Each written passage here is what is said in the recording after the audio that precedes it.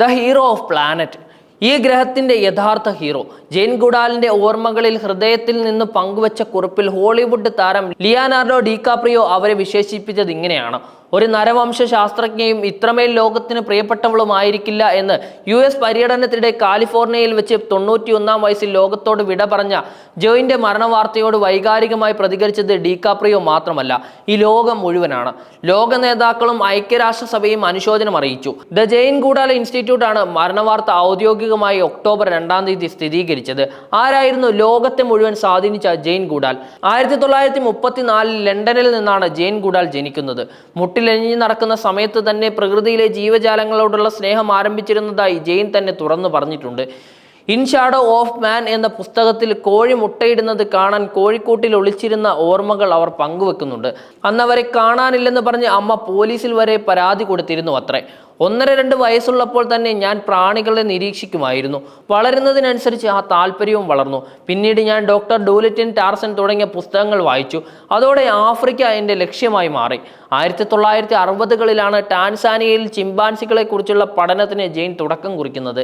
ചിമ്പാൻസികളെ കുറിച്ചുള്ള പഠനത്തിനായി കാട് കയറുമ്പോൾ അവർക്ക് പ്രായം 26 ആണ്. ശാസ്ത്രീയ പരിശീലനങ്ങളൊന്നും അവർക്ക് ലഭിച്ചിട്ടുണ്ടായിരുന്നില്ല. അന്നുവരെ കണ്ടു ശീലിച്ച കൺവെൻഷനൽ രീതികളിലുള്ള പഠനമോ ഗവേഷണമോ ആയിരുന്നില്ല അത്. ചിമ്പാൻസികളെ ദൂരെ നിന്ന് നിരീക്ഷിക്കുന്നതിന് പകരം അവരുടെ ജീവിതത്തിലേക്ക് തന്നെ അങ്ങ് ഇറങ്ങിച്ചെന്നു. 60 വർഷങ്ങൾ നീണ്ട പഠനത്തിനായിരുന്നു അവിടെ തുടക്കം കുറിച്ചത്. ചിമ്പാൻസികളെ കുറിച്ചുള്ള ഗവേഷണത്തിലുപരി അവർക്കൊപ്പമുള്ള നിമിഷങ്ങളിലൂടെയാണ് ജെയിൻ ലോകരുടെ മനം കവർന്നത്. അവരുമായി ആശയവിനിമയം നടത്താൻ പഠിച്ചു. അവരെ പോറ്റി.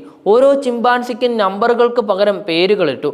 പക്ഷേ ആ നീക്കം പല കൺവെൻഷൻ സയന്റിസ്റ്റുകൾക്കും ഉൾക്കൊള്ളാൻ സാധിക്കുമായിരുന്നില്ല. സ്വാഭാവികമായും വിമർശനങ്ങൾ നേരിടുകയും ചെയ്തു. ചിമ്പാൻസികളെ അവർ ആലിംഗനം ചെയ്തു.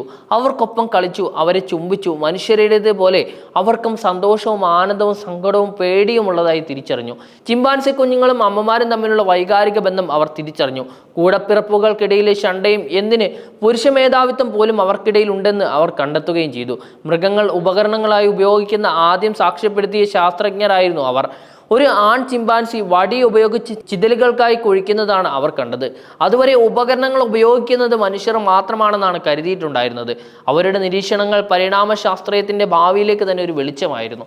1963 നാഷണൽ ജിയോഗ്രഫി കവറേജിന്റെ പേജിൽ ജെയിൻ പ്രത്യക്ഷപ്പെട്ടതോടെയാണ് ജെയിൻ ഗുഡാൽ എന്ന നരവംശ ശാസ്ത്രജ്ഞയെ ലോകം ശ്രദ്ധിച്ചു തുടങ്ങിയത്.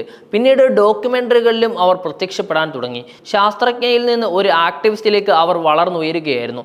ചിമ്പാൻസികളുടെ ട്രീറ്റ്മെന്റ് മെച്ചപ്പെടുത്താനും ലോകത്തിന്റെ നാനാഭാഗത്തുള്ളവരെ പരിസ്ഥിതിയെക്കുറിച്ച് ബോധവൽക്കരിക്കാനും അവർ നിരന്തരം ശ്രമിക്കുകയും ചെയ്തു. അതോടെ നരവംശ ശാസ്ത്രജ്ഞയിൽ നിന്ന് ഭൂമിയുടെ സഹോദരി എന്ന വിശേഷണത്തിലേക്ക് അവർ എത്തിച്ചേരുകയായിരുന്നു. ആ വിശേഷണം അവർക്ക് നൽകിയത് ഒരു അമേരിക്കൻ ഗോത്രമാണ്. ചിമ്പാൻസികൾക്കൊപ്പമുള്ള ജെയിനിന്റെ ചിത്രങ്ങൾ ലോകം മുഴുവൻ അങ്ങനെ കൊട്ടിഘോഷിച്ച് ആഘോഷിച്ചു. ജെയിനിനൊപ്പം അവൾ പേരിട്ട് പരിപാലിച്ച ചിമ്പാൻസികളും പ്രശസ്തരായി. ഫ്ലിൻ എന്ന കുഞ്ഞു ചിമ്പാൻസിക്കൊപ്പമുള്ള ജെയിനിന്റെ ചിത്രം അത്തരമൊരു ശ്രദ്ധിക്കപ്പെട്ട ഒന്നാണ്. മൃഗങ്ങളുടെ പെരുമാറ്റ രീതികളെ സംബന്ധിച്ച മനുഷ്യബോധങ്ങളെ തിരുത്തുക മാത്രമല്ല, നമ്മൾ മനുഷ്യരെ നിർവചിക്കുന്ന രീതികളിൽ പുനർവിചിന്തനം ചെയ്യിപ്പിക്കാൻ സഹായിക്കുകയും ചെയ്തു. ഇത്രയും വർഷങ്ങൾ കൊണ്ട് ചിമ്പാൻസികൾ എന്നെ പഠിപ്പിച്ചത് അവർ നമ്മളെ പോലെയാണെന്നാണ്. മനുഷ്യരും മൃഗങ്ങളും തമ്മിലുള്ള അതിർവരമ്പ് അവർ കുറിച്ചു തരികയാണ് എന്നാണ് അവർ പറഞ്ഞിട്ടുള്ളത്.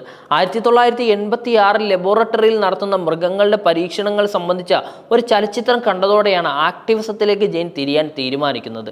1964 ജെയിൻ നാഷണൽ ജിയോഗ്രഫിക് ഫോട്ടോഗ്രാഫറായ ഹ്യൂഗോ വാൻ ലാവിക്കിനെ വിവാഹം കഴിക്കുന്നത്.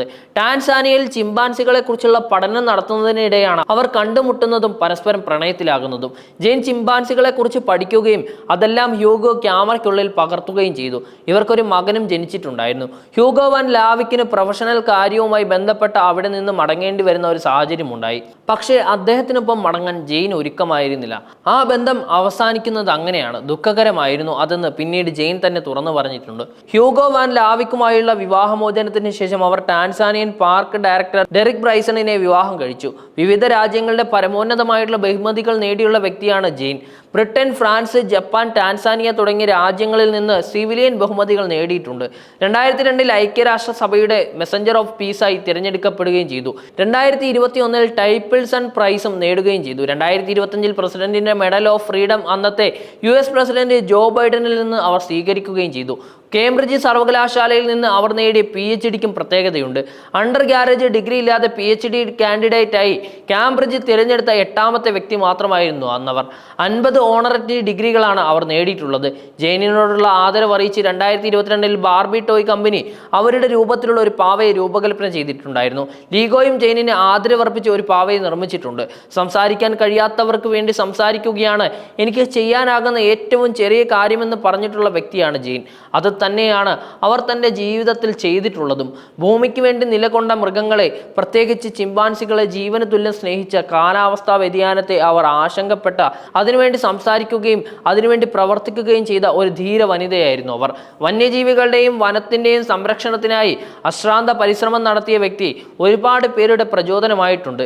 UN secretary general Antonio Guterres എക്സിൽ കുറിച്ചതുപോലെ മാനവരാശിക്കും നമ്മുടെ ഭൂമിക്കും ഒരു അസാധാരണമായിട്ടുള്ള പാരമ്പര്യം അവശേഷിപ്പിച്ചുകൊണ്ട് ജെയിൻ ഗുഡാൽ വിട പറഞ്ഞിരിക്കുകയാണ്.